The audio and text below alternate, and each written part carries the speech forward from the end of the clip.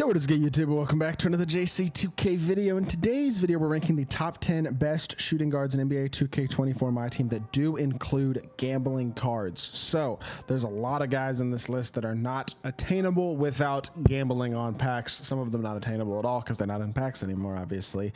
And so a lot of these cards are unattainable. But honestly, the good thing about this position is that there are some really good cards that are non-gambling as well, including the #1 card in the list. So that, I think, does make a positive difference. With that being said, before we hop into the video, if you haven't already, make sure you hit that subscribe button. Help me push towards the 30,000 subscriber mark on the channel. I upload every single day, tons of consistent daily MyTEAM content. Would really appreciate it if y'all do subscribe. Now, one thing I will say before we hop into the video is that I am not including any pullable GOAT cards or pullable invincibles on this list, because despite the fact that they are technically gambling cards, I guess, they're so unattainable that like the vast majority of people don't have them. So the invincibles and goats cards are not on this list, but 100 overall and below that were in packs are included. And starting off with number 10, we start off with 100 overall, Kevin Durant. Now, KD's only flaw is that his jumper's not great. And that's the honest truth. Even when he came out earlier in the year, great card, great size, great wingspan, perfect pretty much stats and badges, of course, as honestly the majority of cards on this list are. But his jumper's not that good. It's just not. And honestly, I'll be honest, his Pro 2 fade with his upper is kind of tough to green as well for whatever reason. I don't know. He's got like KD's a really good card in a lot of ways, but this is the one way where I don't think he's that exceptional, to be honest. So I don't know. It feels kind of fair to put him at the number 10 spot. And I just don't love, like, he's a really good card and I'd like to use him, but I don't know. You need a better release, in all honesty, to be really high on the list at the shooting guard position, because release is one of the most important things in the game. Now, Carmelo is number 9, another 100 overall. Good card. Not unbelievably elite at a position that has a ton of unbelievably elite cards. Like 6'7", 7-foot wingspan, size is fine. Badges are obviously super complete and super good. And animation-wise is good too. Kyrie dribble style, tray escape. Now, the behind the back in Carmelo could be better. I will say that. That's probably the main critique with him, honestly.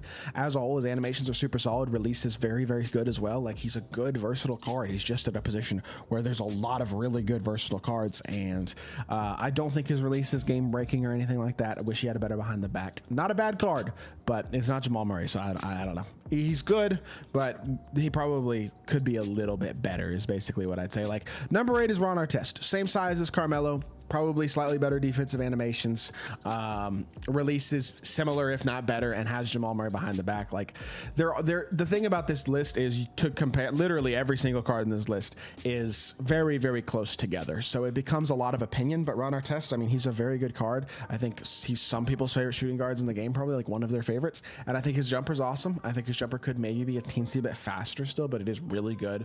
Pro 2 fade, good sigs. MJ dribble style could be Kyrie, but he has Jamal Murray behind the back. Everything else is perfect sigs wise, basically elite fade, and like overall really, really good card. Great upper on his jumper, super elite defender.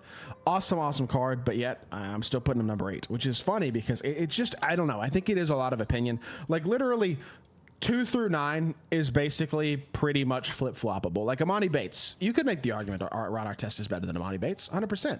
But Amani Bates is 6'8", Ron Artest is only 6'7", so slight advantage there. Artest is probably a better defender. Amani is probably slightly better offensively. Has Kyrie dribble style instead of MJ. Release is awesome. Normal fade is honestly fine. I don't think that's a huge hit whatsoever from Pro 2. And like, I just think better dribble style on Amani, an inch taller. I give him a very small edge, but again, it's super duper close. And I think that's the very important thing to remember with this position, is how close these guys are. So if you don't exactly agree with the positioning on cards, that is okay. You're entitled to your difference in opinion. By the way, one thing I will say before I continue in this list is that I didn't include Wemby or Giannis or any of the out of position cards at point guard or shooting guard. I know I included a couple of them at point guard. I just don't want to include them on every single position because we just don't need Wemby and Giannis in the top 5 at every spot. But I think probably both of them, just because of their glitchiness and their size, would be in the top 5 despite not having the best release, in my opinion. Now, Ricky Davis is who I have at number 6. Ricky Davis is really, really good. 6'7", but good player build, perfect sigs, pretty much a perfect release. Like, he's about as good as a 6'7" card is going to be. 100 overall, obviously perfect stats and badges basically is what that means. Like, another incredibly good card. There's not a huge critique on this card at any specific area. His jumper is awesome. He's got the best upper in the game. Kemba escape, Kyrie dribble style, Jamal Murray behind the back, John Wall drag back, all the perfect sigs. Like, he's an absolute dog. There's just a ton of good cards, and I think everybody higher than him on this list is taller than him. That's really the main differentiator at this point, probably. Number 5, Michael Beasley. I mean, Beasley's release is probably a little more inconsistent than a couple of the guys below him, but it's probably also faster than most of the releases below him. He's 6'9" instead of 6'7". That gives him a slight edge. He's still a super good versatile defender. Obviously still super good complete badges, as every single card on this list has, in addition to stats. And a release that is really, really good, even though I do think the Terrence Mann base, I don't know, it's a little more susceptible to like inconsistent slowdowns and stuff, it feels like, but the size is enough, I think, combined with perfect SIGs, again, for him to be a top 5 shooting guard in the game, and he's a really, really, really good card. Number 4 is Matas Buzelis. Now, Matas Buzelis does not have Jamal Murray behind the back. I believe he's got Halliburton behind the back. It's not bad, but it is not as good as the Jamal Murray behind the back, which pretty much everyone else has. But what Matas Buzelis does have is the height at 6'10", plus an absolutely insane release. Ben Shepherd base Kyle Korver upper is really, really good. This is a park caliber release. Pro 2 fade as well with the Korver upper is absolutely exceptional. And then obviously stats and badge wise, he's still pretty much perfect. I mean, pretty close to it. You know what I mean? Gold brick wall and challenger is your biggest critique, probably. Do I really care that much? No. Statistically, it may not be 99 everything, but it's going to play like 99 everything. And he's 6'10", so that provides a lot of value as well. The only reason he's not top 3 is because of not having that Jamal Murray behind the back. Number 3 is Cody Williams. He's basically a slightly better Ricky Davis, in my personal opinion. I think he's 6'8", with a not an incredible player build, but I mean, he's 6'8", you know what I mean? And badge wise is super complete, not missing anything of importance, which is really, really good. And then he's got Kyle Lowry base, Goran Dragic upper on very quick, awesome jumper, Pro 2 fade, perfect SIGs, Jamal Murray behind the back as well. And at 6'8", with all that animations in the world, I mean, he's just exceptional. There's really no true flaw on this card. And again, you could put him higher than this if you wanted to. Number 2 is the same card pretty much. Cody Williams is basically, I mean, Rudy Gay and Cody Williams are the same card pretty much, in terms they both have absolutely exceptional releases. They're different releases, but they're absolutely exceptional. Neither of them are really missing any important badges. Now, I will say Rudy Gay is missing Hoff and Movable Enforcer, I guess, so I guess you could critique that if you wanted to. And maybe I'm putting Rudy Gay too high. But the thing about Rudy Gay, 6'8" with a 7'3" wingspan, his player build is a very different 6'8" than Cody Williams. He looks like Michael Beasley size-wise. His release is more consistent than Beasley, in my opinion. I think he's also got the perfect SIGs. So even though he is slightly lacking in a couple of defensive badges, his SIGs are still perfect. Trey escape, Kyrie dribble stop, Jamal Murray behind the back, John Wall drag back, Pro 2 fade with one of the best uppers in the game, elite release as well.